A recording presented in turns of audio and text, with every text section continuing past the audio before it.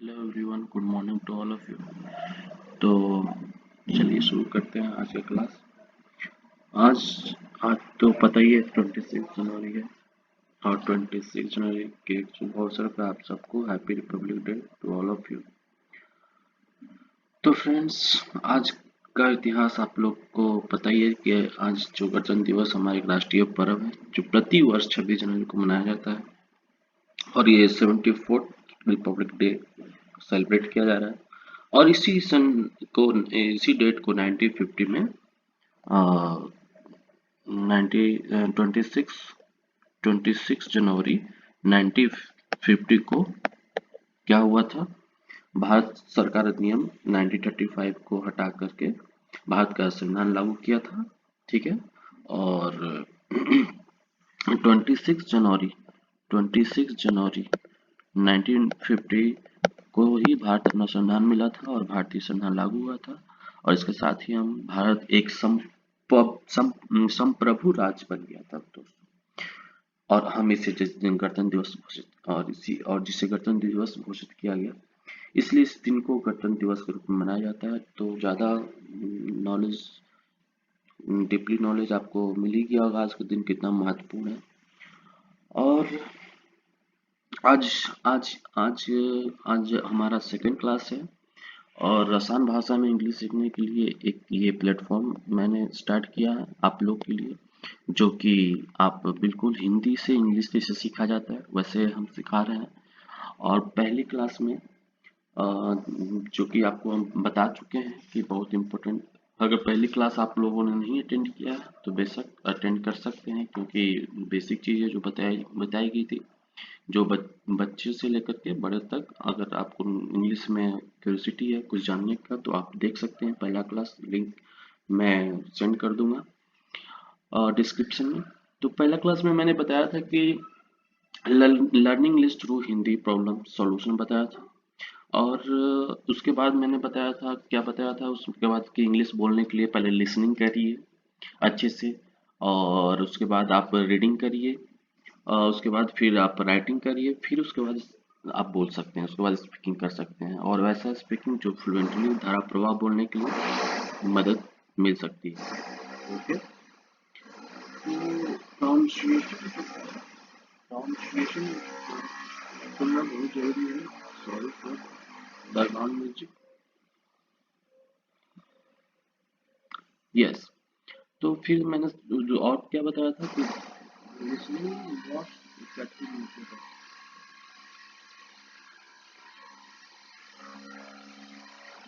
एक सेकेंड।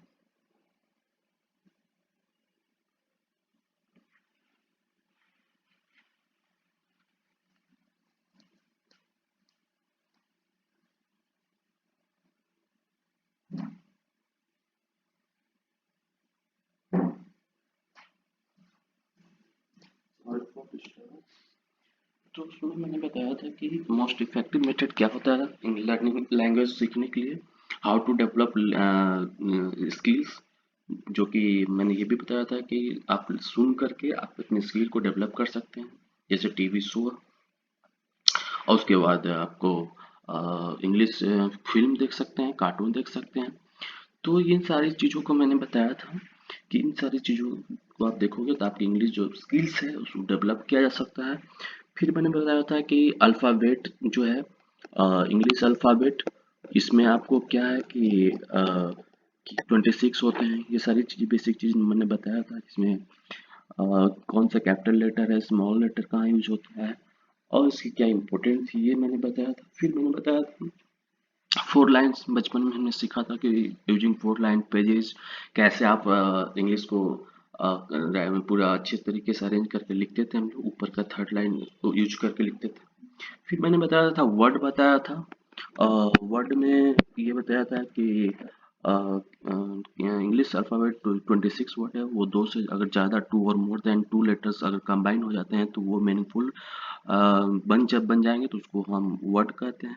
ठीक है। तो उसको एक डिफिनेशन दिया था, a word is a group of letter of that some meaning, of that some meaning is called word. ये मैंने बताया था।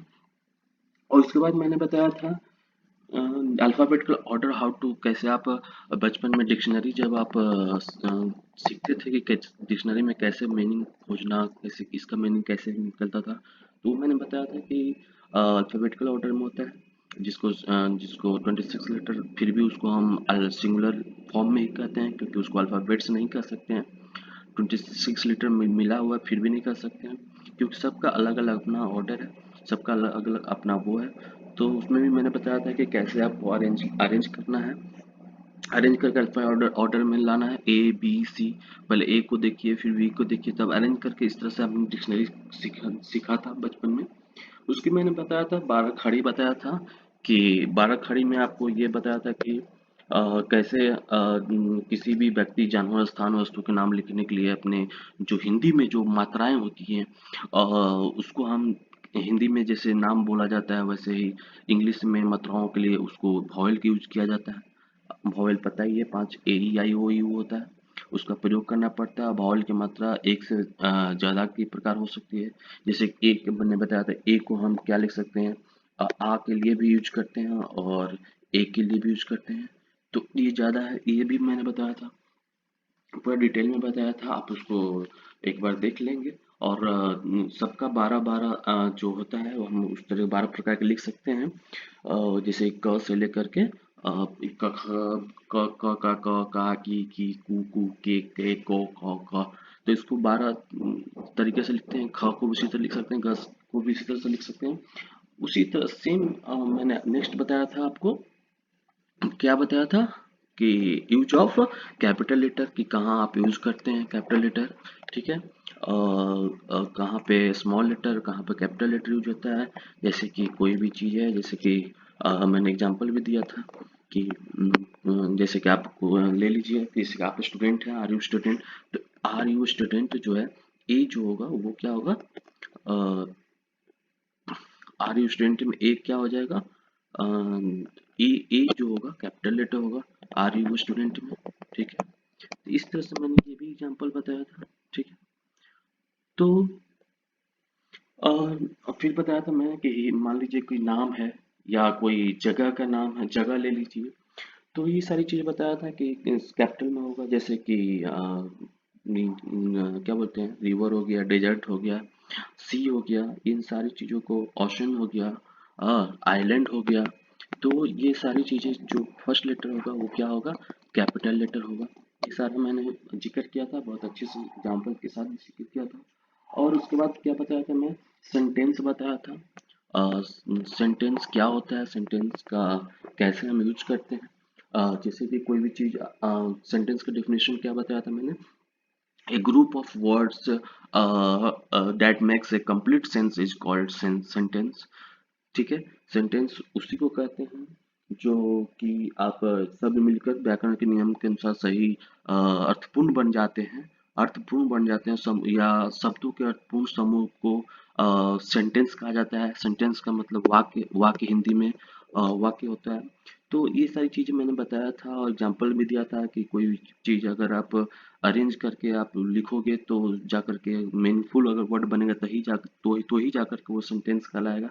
सेंस निकलना चाहिए, पर्पस ही होता है सेंटेंस का कि आप सही से निकालो। जैसे कि लव योर नेबर्स, तो लव योर नेबर्स जो मैंने वो बताया था कि आप पड़ोसी से वो करिए, प्यार करिए, मिलकर रहिए।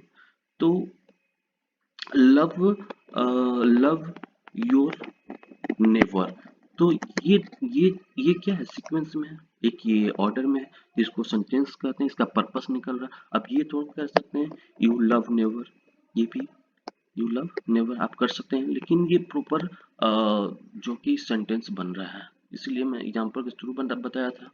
और नेक्स्ट मैंने ये भी जिक्र किया था कि आगे क्या पढ़ना है, तो हमने बताया था क्या पढ़ना है आज की क्लास में।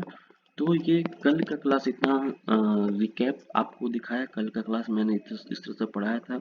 और आज हम पढ़ेंगे सेंटेंस के स्ट्रक्चर, सेंटेंस के स्ट्रक्चर, स्ट्रक्चर देखेंगे, ठीक है। और सेंटेंस का जो स्ट्रक्चर है वो उसमें बेसिक डिफरेंस क्या है हिंदी और इंग्लिश में, मेन यही से इम्पोर्टेंट होता है, और जो कि हम इंग्लिश में वाक्य बनाने से पहले क्या होता है कि हिंदी और इंग्लिश के वाक्य में जो मूल अंतर समझना चाहिए, ये अंतर इंग्लिश और हिंदी के वाक्य में जो होता है सब्जेक्ट, सब्जेक्ट हो जाता है, ऑब्जेक्ट हो जाता है, ठीक है, और हो जाता है वर्ब, इसी पर निर्भर करता है। हिंदी इन शब्दों के अर्थ इस प्रकार, जैसे कि आप ये होता है, जैसे कि आप मान लीजिए जैसे कि सब्जेक्ट ऑब्जेक्ट और ये वर्ब का ही यूज करके हम कोई भी चीज सेंटेंस बनाते हैं। जैसे आई प्ले फुटबॉल, आप एग्जांपल ले लीजिए, आई प्ले फुटबॉल। तो आई क्या, आई सब्जेक्ट हो गया, प्ले क्या, प्ले वर्ब हो गया, और फुटबॉल क्या है, ऑब्जेक्ट हो गया। तो पहले क्या आया, पहले क्या आया, सब्जेक्ट आया, फिर क्या आया, पहले क्या है, वर्ब। तो सब्जेक्ट वर्ब, ये सब्जेक्ट, फर्स्ट सब्जेक्ट, दूसरा वर्ब, फिर आया क्या, ऑब्जेक्ट। लेकिन ये इंग्लिश में आता है, लेकिन हिंदी में क्या आता है, आई प्ले फुटबॉल मतलब मैं फुटबॉल खेलता हूँ, मैं फुटबॉल, फुटबॉल क्या करता हूँ, खेलता हूँ, खेलता हूँ। तो खेलता हूँ, ये क्या हुआ, मैं तो सही है, मैं करता ही है, जिसको सब्जेक्ट करते हैं। फुटबॉल, यहाँ पर फुटबॉल आ गया, फुटबॉल मतलब कर्म आ गया, कर्म मतलब क्या हो गया, वर्ब हो गया, वर्ब आ गया, और खेलता हूँ ये तो क्रिया है ही, ठीक है। तो ये देखिए हिंदी में क्या आ रहा है, सब्जेक्ट तो सही है, लेकिन वर्ब जो आना चाहिए इंग्लिश में सेकंड नंबर पर, लेकिन इसमें क्या आ रहा है, इसमें आ रहा है मैं फुटबॉल, कर्म आ जा रहा है, क्या आ रहा है, कर्म आ जा रहा है, फिर आ रहा है क्रिया आ रहा है, लास्ट में क्रिया है। और इसमें इंग्लिश में क्या आता है कि पहले ऑब्जेक्ट आता है, सब्जेक्ट आता है, फिर आएगा आपका वर्ब आएगा, फिर लास्ट में ऑब्जेक्ट आएगा, यही डिफरेंस है। देखिए एक बार और इसको अच्छे से समझ लीजिए कि क्या मैं कह रहा हूँ। इंग्लिश और हिंदी में जो डिफरेंस है वो आपको जानना बहुत जरूरी है, क्योंकि जो ट्रांसलेशन होती है ना, आपको यहीं से इजाद होती है, ट्रांसलेशन बनाने की प्रक्रिया आप यहीं से इजाद कर सकते हैं।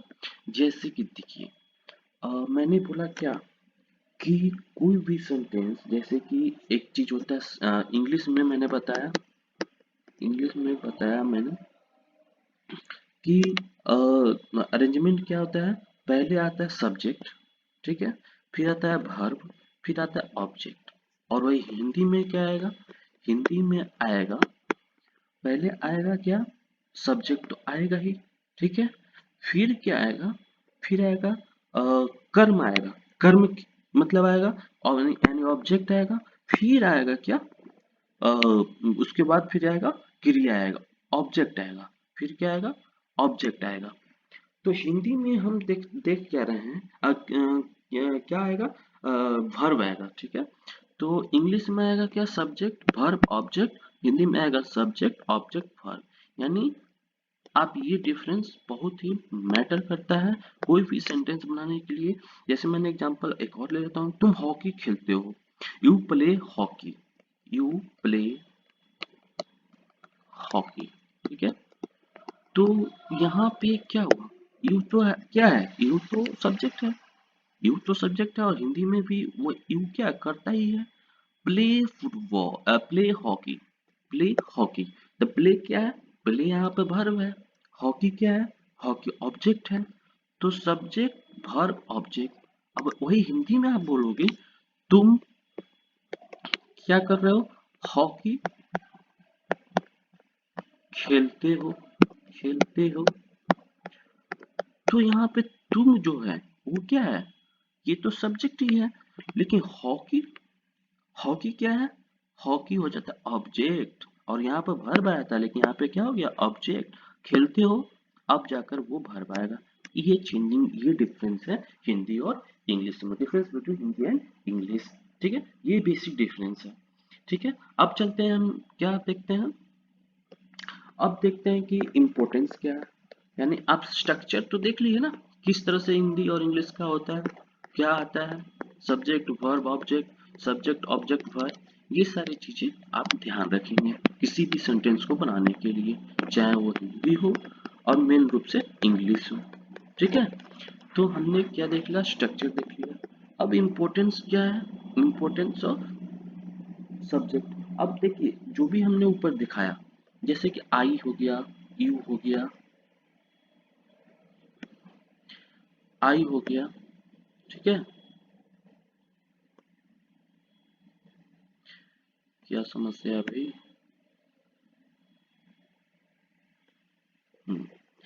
आई हो गया, यू हो गया, और क्या हो गया, दे होता है।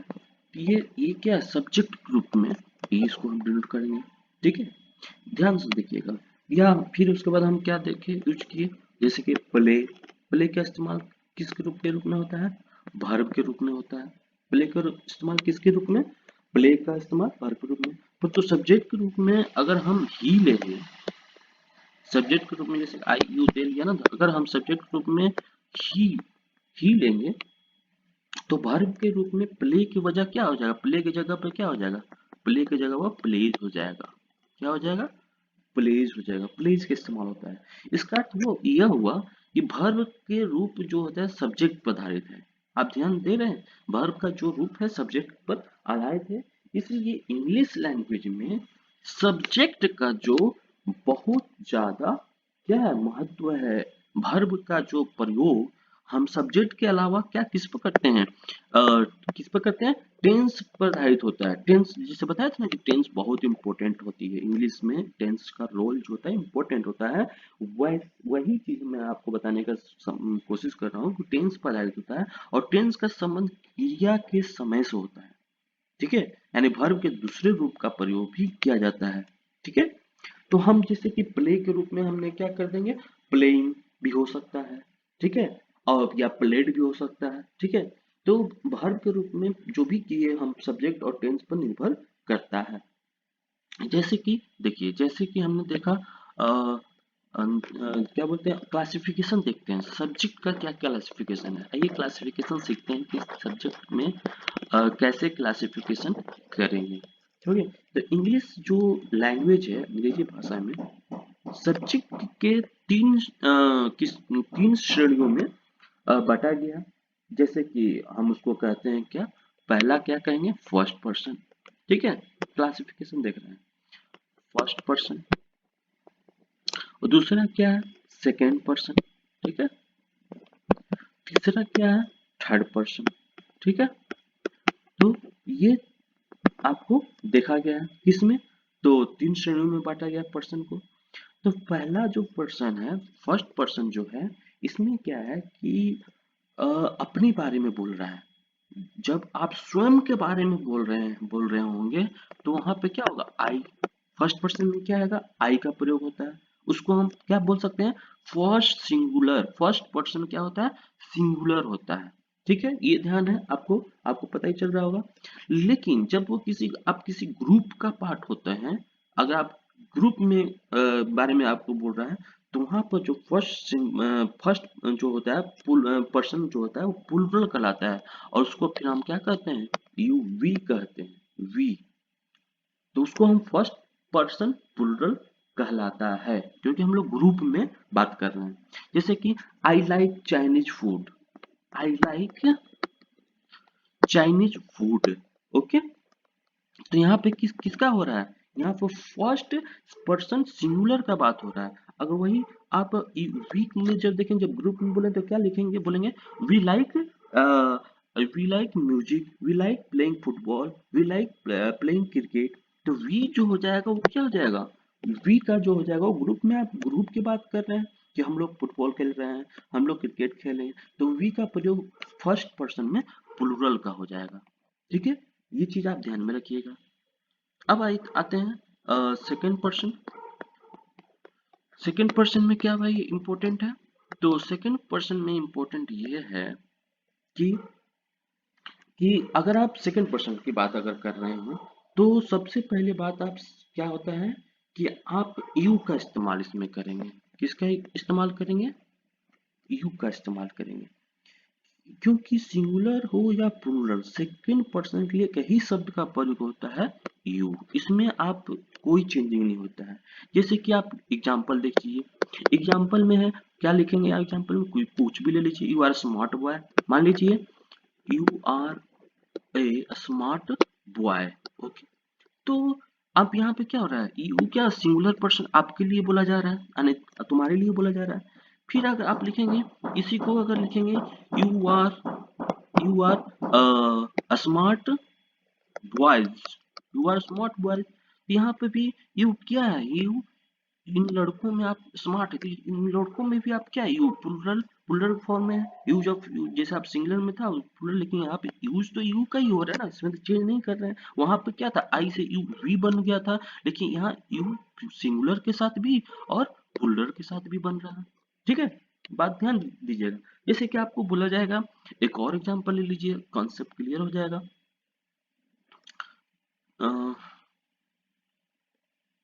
पूरा डिलीट हो गया, ओके कोई नहीं। फर्स्ट पर्सन आपको पता ही बता दिया गया था। फर्स्ट पर्सन में क्या होता है, आई और वी का होता है। सेकंड पर्सन में क्या होता है, मैंने बताया यू का ही होता है। और इसमें मैंने बताया कि सिंगुलर हो या प्लूरल हो, दोनों में केस में यू का ही होता है। एग्जांपल एक और देख लीजिए, जैसे कि all of you to attend, to attend क्या कर रहे हैं, तो कोई चीज ले लीजिए, फंक्शन ही अटेंड कर रहे हैं। ठीक है, all of you to attend the function, you यहाँ पे भी सबके लिए, यहाँ पे भी क्या हो रहा है, प्लूरल में यू का ही यूज हो रहा है। तो ठीक है, समझ गए, तो यहाँ पे कोई चेंजिंग नहीं होगा। तो आइए अब देखते हैं थर्ड पर्सन के लिए। थर्ड पर्सन में क्या होगा भाई, तो थर्ड पर्सन जो पर्सन आप आते हैं, उसके बाद जब जब बोलेंगे तो वो आप वहां पर मौजूद ही नहीं रहेगा। जैसे कि थर्ड पर्सन में वो पर्सन आते हैं जिनके बारे में बात की जा रही है, जिनके बारे में आप बात की जा रही है, वो बात करने की जगह मौजूद ही नहीं है, तभी तो उसको थर्ड पर्सन कहा जा रहा है। थर्ड पर्सन यानी दूसरे की बात हो रही है। जैसे कि श्रेणी में कौन कौन आएंगे, जैसे कि एनिमल, ठीक है, एनिमल्स हो गए, और आपको और ऑब्जेक्ट्स, ऑब्जेक्ट्स ले लीजिए, ठीक है, और आइडियाज भी इसमें आता है, इस श्रेणी में आता है। जैसे कि हम देखते हैं ही लाइक्स, एग्जांपल में आप देखिए तब क्लियर हो जाएगा। ही लाइक्स आइसक्रीम,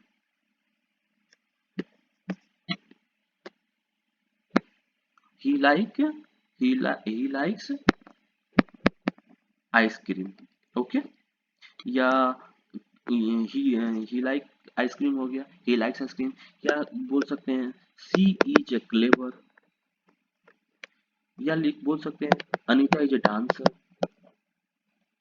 ठीक है, या इट इज ब्यूटीफुल। ये सारी चीजें दूसरे के लिए बोला जा रहा है, ठीक है, वहां पर वो मौजूद नहीं है। और इस कॉन्सेप्ट को हम इस प्रकार भी समझते हैं कि यदि मेरे पास जैसे मिठाई का एक टुकड़ा है, तो मैं उसके अपने लिए रखना चाहूंगी तो फर्स्ट प्रायोरिटी आई होगा।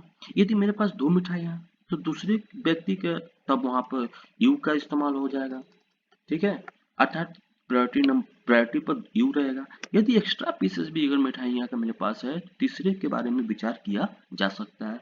अर्थात तीसरे पर जब विचार करेंगे तो उसको क्या करेंगे, तीसरे पे विचार करेंगे तो हम उसको लिख सकते हैं ही, सी, दे, ठीक है। और क्या लिख सकते हैं, दूसरे के पर्सन, अनीता, श्वेता, अजय, ठीक है, अशोक, ये यानी जो यहाँ पर मौजूद नहीं है, ओके। तो हम क्या देखें यहाँ पे, तो ये चीज देखें कि फर्स्ट पर्सन जो है उसमें हम स्वयं के बारे में, सेल्फ के बारे में बात कर रहे हैं। सेकेंड पर्सन जो है उसमें सामने वाले का बात कर रहे हैं, जो सामने में रहेगा यानी यू, तुम रहोगे। और थर्ड पर्सन की जब बात करेंगे तो किसी भी अन्य व्यक्ति के बारे में बात करेंगे जो वहां पे मौजूद नहीं है। ये क्लियर हो गया, ठीक है। और इसमें ये भी चीज आप नोट डाउन कर लीजिएगा कि फर्स्ट पर्सन में किसका होता है, जैसे कि हमने सिंगुलर के फॉर्म में बताया कि आई का यूज होता है, और प्लूरल में हम यू का करते हैं। लेकिन सेकंड पर्सन में सिंगुलर में भी यू का इस्तेमाल होता है और प्लूरल में भी यू का इस्तेमाल होता है। और थर्ड पर्सन में बताया था सिंगुलर में ही, सी, ही, ही, सी, इट, ठीक है। और प्लूरल में क्या हो जाएगा, दे, या किसी का नाम, या फ्लावर्स, या कुछ भी टेबल्स, ठीक है, ऑब्जेक्ट कुछ भी ले लीजिए, ये चीज आप नोट डाउन कर लीजिए। ठीक है, ये क्लियर हो गया।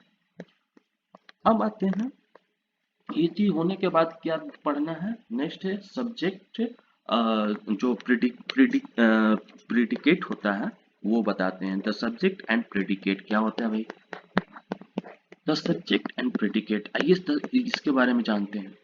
पहले क्या है कि हम कोई भी वाक्य को हम क्या कर सकते हैं, दो भागों में बांट सकते हैं। ठीक है, पहला सब्जेक्ट में बांटेंगे और दूसरा बांटेंगे प्रीडिकेट में।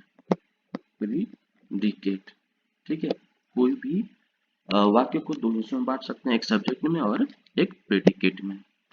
तो हम इस क्लास में ये समझेंगे कि सब्जेक्ट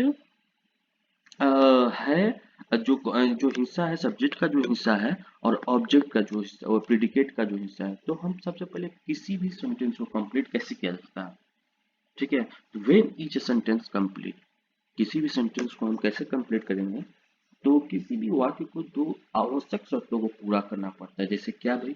तो इसे पूरा अर्थ प्रकट करना चाहिए। सबसे पहली बात कि कोई भी चीज सेंटेंस आप बनाओगे तो उसका अर्थ निकलना चाहिए। दूसरी बात सब्जेक्ट, जो इसका अपना जो सब्जेक्ट है, यानी सब्जेक्ट मतलब कर्ता, उसको प्रेडिकेट, प्रेडिकेट का मतलब क्या होता है? क्रिया सूचक। क्या होता है? क्रिया सूचक, सूचक होना चाहिए।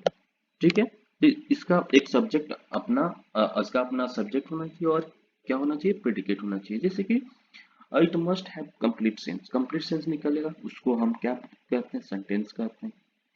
तो जैसे कि हम कोई एग्जांपल लीजिए, देखिए कुछ का एग्जांपल लेके बताते हैं तो और ज्यादा अच्छे से क्लियर होगा। ठीक है, कंसीडर करते हैं कोई एग्जांपल लेकर के बताने की कोशिश करते हैं क्या होता है। जैसे कि कोई एग्जांपल हो गया क्या कि the fair at Pushkar in Rajasthan. ठीक है, तो ये क्या इसमें है कि the group of word does not make complete sense because subject and जो मिसिंग वर्ब है वो चीज क्या होता है, हम वो नहीं मेंशन किए हैं। द फेयर, क्या हमने बोला कि the fair, the fair eight, क्या लिखा था मैंने? पुष्कर। हाँ, the fair at Pushkar in Rajasthan. अब इसमें क्या मिसिंग है आप सोच के देखिए। इसमें तो सब्जेक्ट एंड वर्ब का मिसिंग है, सब्जेक्ट और वर्ब का मिसिंग है इस सेंटेंस में। ऐसे होगा ना कि visited I visited the fair, the fair at Pushkar in Rajasthan, in Rajasthan. ये जाकर के क्या होगा? कंप्लीट सेंटेंस होगा।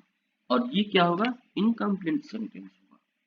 तो इसका मतलब ये है कि पार्ट ऑफ सेंटेंस के लिए दो there are two parts of sentence, एक होता है सब्जेक्ट और एक होता है प्रेडिकेट, क्रिया सूचक होना चाहिए। सब किसी सब्जेक्ट बनाने के लिए पहला तो अर्थ निकलना चाहिए, it must make complete sense.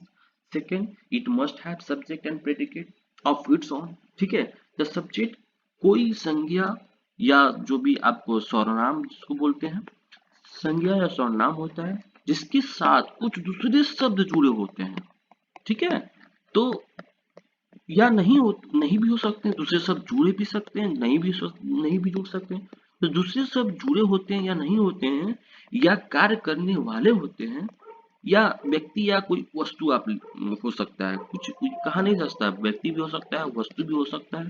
ठीक है, जिसके बारे में कुछ कहा जा सकता है, जिसके बारे में कुछ कहा जा सकता है। जैसे कि हम बता रहे हैं कि सब्जेक्ट इज ए नाउन या pronoun, subject is a noun या प्रोनाउन। ठीक है, विथ और विदाउट, विथ और without other word going to it, it is doer of an action या एन एजेंट या पर्सन। ठीक है, जो कह रहा है द प्रेडिकेट एक अकेला वर्ब है। प्रेडिकेट जो है एक अकेला वर्ब हो सकता है या वर्ब के साथ जुड़े हुए कुछ और शब्द हो सकता है। ठीक है, तो हम सब्जेक्ट के बारे में कहा गया है कि प्रेडिकेट शब्द क्या होता है। प्रेडिकेट शब्द एक लैटिन भाषा के एक शब्द से निकाला गया है। लैटिन भाषा के एक शब्द से निकाला गया है जिसका अर्थ होता है घोषणा करना। प्रेडिकेट का मतलब क्या होता है? घोषणा करना। ये याद रखिएगा, घोषणा करना होता है। प्रेडिकेट का मतलब घोषणा करना। तो ये प्रेडिकेट शब्द लैटिन भाषा के एक शब्द से निकाला गया है। ठीक है, प्रेडिकेट में बी सिंगल वर्ब या वर्ड्स, सिंगल वर्ब या words connected with the verb. It's something that is said about the subject. The word predicate derived from Latin word, okay, which means to proclaim या to declare, जिसको घोषणा करना, ठीक है, या proclaim करना predicate का मतलब होता है। ओके, तो sentence can be divided into two parts. Sentence को भी हम दो पार्ट्स में डिवाइड किए हैं। कौन कौन से पार्ट्स में डिवाइड किए हैं? एक सब्जेक्ट और एक प्रेडिकेट। सेंटेंस को दो भागों में डिवाइड किए हैं। कौन कौन सा? तो एक सब्जेक्ट के फॉर्म में और एक प्रेडिकेट के फॉर्म में। और प्रेडिकेट मैंने बताया कि ये एक लैटिन भाषा से शब्द से निकाला गया है, जिसका मतलब ही होता है, क्या मतलब होता है? घोषणा करना। क्या मतलब होता है? घोषणा करना। जैसे कि हम क्या किए, सेंटेंस को सब्जेक्ट और प्रेडिकेट के फॉर्म में दो दो तुम्हें बांट दिए। जैसे कि हेल्थ इज वेल्थ, अगर कोई एग्जांपल अगर लेंगे, health is wealth, health is wealth, तो हेल्थ जो होगा, हेल्थ जो होगा वो आएगा सब्जेक्ट में। वो क्या आएगा? सब्जेक्ट में आएगा। हेल्थ इज वेल्थ में सब्जेक्ट में हेल्थ आएगा, ठीक है, और प्रेडिकेट में क्या आएगा? वेल्थ आएगा।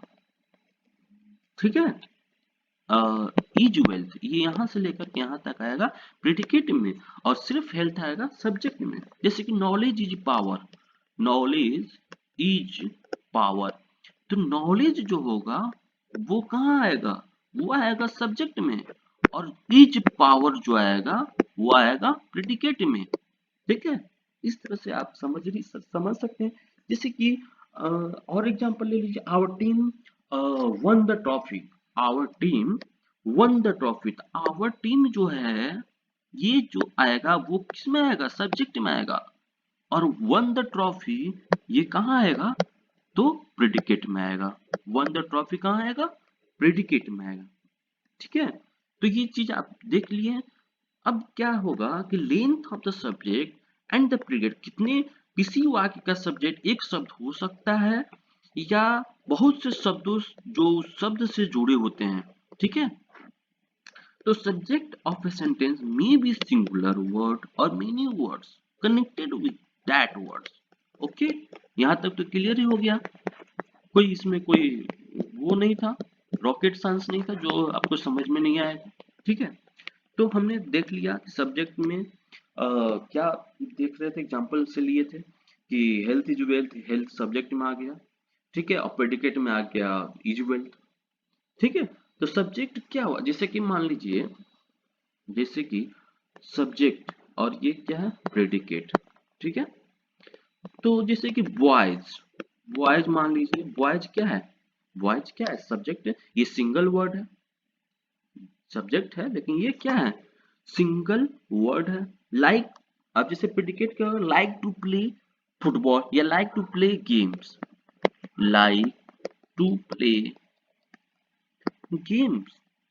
ठीक है, तो ये चीज क्या हो गया? प्रेडिकेट में हो जाएगा।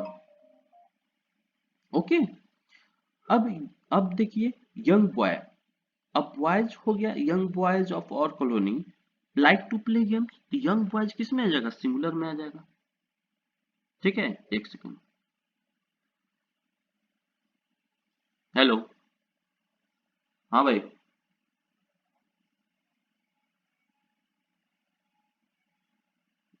अच्छा,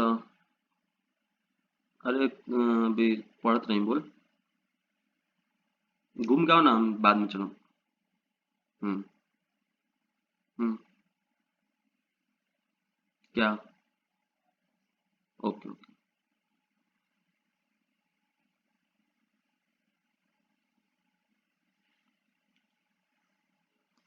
सॉरी फॉर डिस्टर्बेंस। तो हमने ये देख लिया सब्जेक्ट और प्रेडिकेट। अभी यहीं तक रहने देते हैं, नेक्स्ट क्लास आपको नेक्स्ट में बताएंगे उसका नेक्स्ट, जैसे कि काइंड्स ऑफ सेंटेंस बताएंगे, ठीक है, काइंड्स ऑफ सब्जेक्ट आगे की क्लास में कंटिन्यू करेंगे। Okay, thanks for watching. अगर आपको पसंद आएगा तो लाइक शेयर सब्सक्राइब करिएगा। Thank you so much.